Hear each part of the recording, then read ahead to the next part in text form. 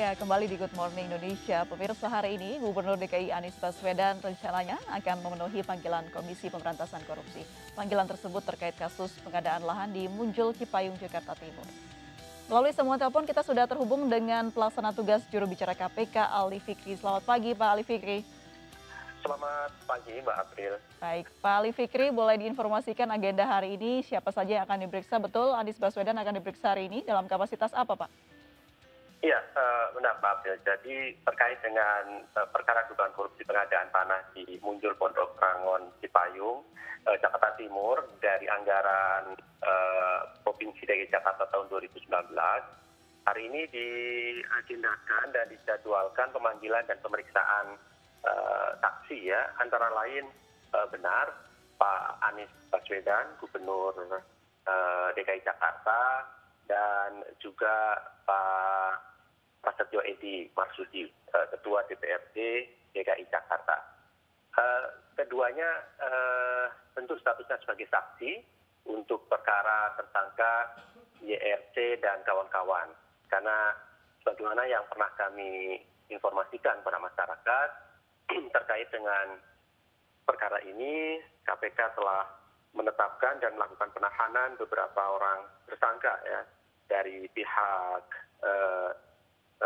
Perusahaan Umum Daerah Pembangunan Saranajaya, kemudian juga dari PT Adonara ada 2 orang, dan juga korporasi serta 1 orang dari perusahaan PT ABAN. Jadi ada 5 tersangka di dalam kegiatan penyidikan perkara ini, di mana dari proses kegiatan penyidikan ini, tim penyidik KPK menemukan fakta ada dugaan kerugian keuangan negara 122,5 miliar dari pengadaan tanah dimaksud. Gitu Mbak April. Baik, tadi disebutkan ada 5 saksi yang akan diperiksa hari ini. Untuk Anies Baswedan sendiri, Gubernur DKI Jakarta, apa yang ingin digali dari KPK? Ya tentu karena ini kan proses pengadaan tanah yang dilakukan melalui Perusahaan Umum Daerah Pembangunan Saranajaya. Dari fakta-fakta keterangan beberapa saksi yang telah kami panggil, sumber pendanaan ini kan dari Perumda yang bersumber dari APBD DKI Jakarta. Oleh karena itu tentu kami perlu mengklarifikasi dan mengkonfirmasi kepada 2 orang saksi yang kami panggil pada hari ini dari pihak eksekutif dan legislatif terkait dengan antara lain bagaimana proses mekanisme penyertaan modal ya yang diberikan atau yang dikucurkan kepada perusahaan umum daerah yang dipergunakan untuk pengadaan tanah dimaksud gitu. Baik, Pak Ali Fikri tadi menyebutkan sudah ada tersangka yang ditangkap atas kasus ini. Berapa Pak jumlahnya dan bukti-bukti apa saja yang dimiliki? Dari proses penyidikan ini ada 5 tersangka dan 4 sudah dilakukan penahanan. 1 tidak dilakukan penahanan karena memang korporasi gitu ya. Jadi KPK menetapkan tersangka orang ada 4 dan 1 badan usaha atau korporasi gitu. Dari seluruh proses penyidikan ini tentu kami masih terus melakukan pengumpulan bukti-bukti dan juga mengembangkan lebih lanjut ya fakta-fakta yang di awal telah kami miliki tentunya, termasuk bagaimana upaya aset tracing terhadap dugaan dari uang yang tadi ada kerugian keuangan negaranya dan diduga dinikmati oleh para tersangka ini begitu. Karena perlu juga kami sampaikan Mbak April bahwa kebijakan penindakan di KPK itu tidak hanya kemudian mengejar seseorang untuk bisa dipenjarakan, tetapi jauh lebih penting adalah bagaimana mengembalikan hasil tindak pidana korupsi yang dinikmati oleh para koruptor kemudian bisa kembali ke negara. Nah, proses ini tentu diawali dengan penelusuran aset-aset yang dimiliki oleh para tersangka ini yang diduga berasal dari perbuatannya begitu. Jadi itu yang dilakukan oleh KPK hingga saat ini. Baik, pada gilirannya Mbak April nanti pasti kami akan sampaikan keseluruhan dari hasil proses penyidikan ini. Ya kurang lebih sekitar 2 minggu ke depan ya berkas perkara ini sudah bisa dilimpahkan ke proses persidangan sehingga seluruh masyarakat bisa mengikutinya secara terbuka. Begitu. Baik, Pak Ali Fikri, boleh diinformasikan apa saja informasi yang berhasil dihimpun dari saksi-saksi yang sudah diperiksa sebelumnya? Saksi-saksi yang telah diperiksa sebelumnya kemarin kami juga melakukan pemeriksaan terhadap beberapa orang saksi ya Mbak terkait dengan perkara ini dari Adonara, Propertindo, kemudian juga dari Perumda, Divisi Sumber Daya Manusia dan Umum, juga Kepala Badan Pembina BUMD, dan kemarin yang banyak menjadi pertanyaan terkait dengan Kepala Badan Pengelolaan Keuangan Daerah Provinsi DKI Jakarta juga hadir diperiksa oleh tim penyidik KPK.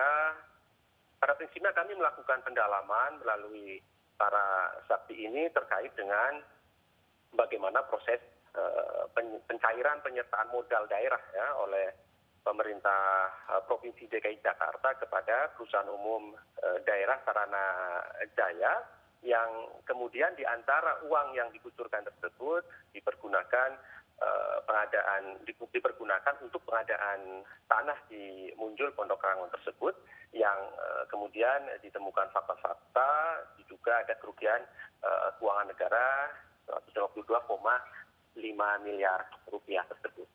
Baik, Pak Ali Fikri, dari tersangka yang sudah ditetapkan begitu, apakah ada kemungkinan adanya penetapan tersangka lain dari saksi-saksi yang sudah diperiksa? Seluruh proses penyidikan yang dilakukan oleh KPK kami pastikan selalu mengembangkan ya kemungkinan adanya keterlibatan pihak-pihak lain begitu. Kami ingin sampaikan siapapun jika kemudian di dalam proses pengembangan perkara ini, karena tentu tidak berhenti di dalam proses penyidikan, di dalam pengembangan perkara. Ya, di dalam proses persidangan pun seringkali KPK kemudian menemukan fakta-fakta yang itu kemudian menjadi fakta hukum bisa dikembangkan lebih lanjut dengan ditemukan dua bukti permulaan yang cukup. Jadi siapapun kalau kemudian berdasarkan hasil proses penyidikan dan proses persidangan ditemukan fakta hukum adanya keterlibatan pihak lain, kami pastikan KPK tidak segan menetapkan pihak tersebut sebagai tersangka sejauh kemudian dua bukti permulaan itu cukup menurut hukum. Begitu, Mbak April. Baik, dari 5 tersangka yang sudah ditetapkan Pak Ali Fikri, jeratan pidana tipikornya seperti apa, Pak?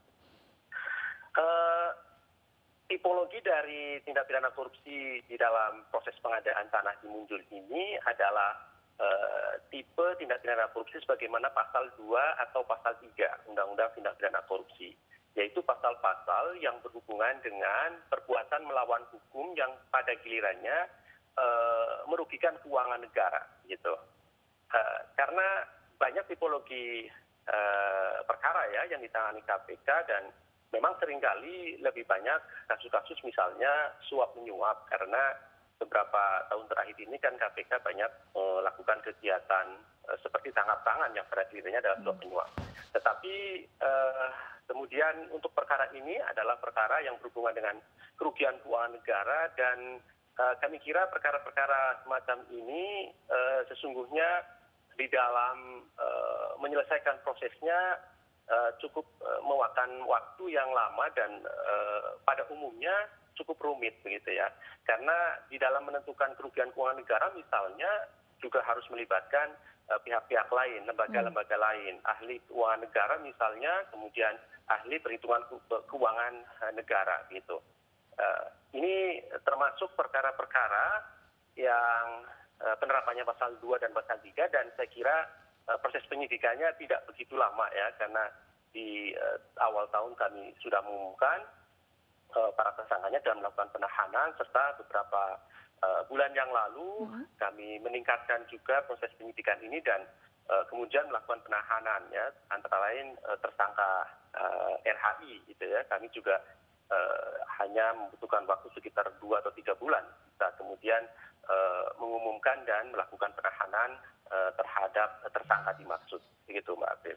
Seluruh ancaman hukumannya sama Pak di kelima tersangka yang sudah ditetapkan dan juga yang sudah ditahan? Iya, karena ini adalah penerapan pasal 2 atau pasal 3, ancaman hukuman sebagaimana di dalam Undang-Undang Tindak Pidana Korupsi minimal 4 tahun dan maksimalnya ada 20 tahun gitu ya. Ada juga denda. Perlu juga kami sampaikan Mbak April terkait dengan penerapan hukuman tentu nanti akan melihat fakta-fakta hukumnya yang pada gilirannya hakim yang akan menilai begitu. Tetapi kami juga ingin sampaikan sekali lagi bahwa kebijakan KPK tadi saya sampaikan di awal, aset recovery, pengembalian kerugian keuangan negara ke kas negara itu menjadi fokus KPK. Tentu nanti kami juga akan mengupayakan misalnya seperti ada uang pengganti dan lain-lain yang harus dibayarkan kepada kas negara. Gitu. Baik, bicara soal pengadaan lahan yang Bapak sebutkan tadi, kita mengetahui kepala daerah adalah faktor penentu utama karena juga memerlukan approval dari kepala daerah tersebut. Apakah itu berarti sudah dipastikan Anies Baswedan ikut andil dalam kasus ini, Pak? Ya, tentu di dalam rangkaian perbuatan tindak pidana korupsi itu kan pada umumnya tidak dilakukan sendiri begitu ya, tetapi ini kan sebuah rangkaian begitu.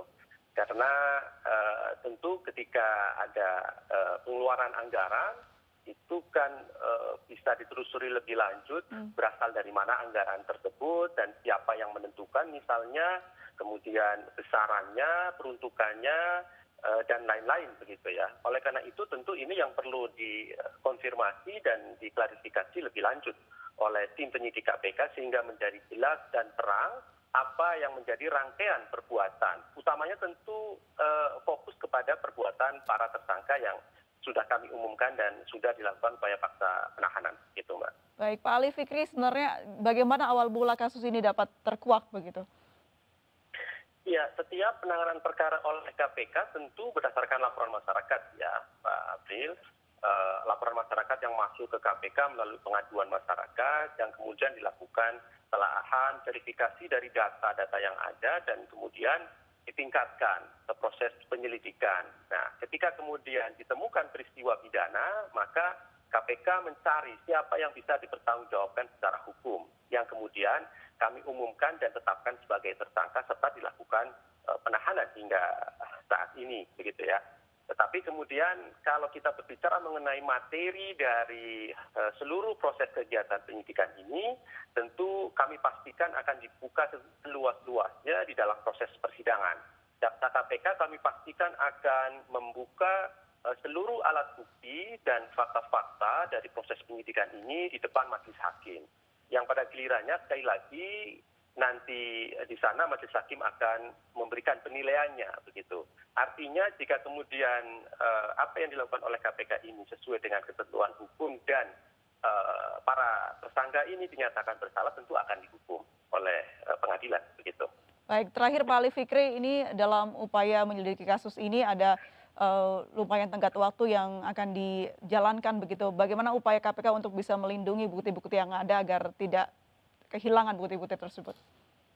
Ya, tentu ada informasi yang dikecualikan ya di dalam undang-undang Pak April. Oleh karena itu, selama ini KPK juga selalu transparan dan terbuka kepada masyarakat mengenai kerja-kerja dan kegiatan termasuk di penindakan. Namun sekali lagi tentu ada batasan di dalam undang-undang, misalnya informasi yang dikecualikan yang itu berpotensi mengganggu proses penyidikan.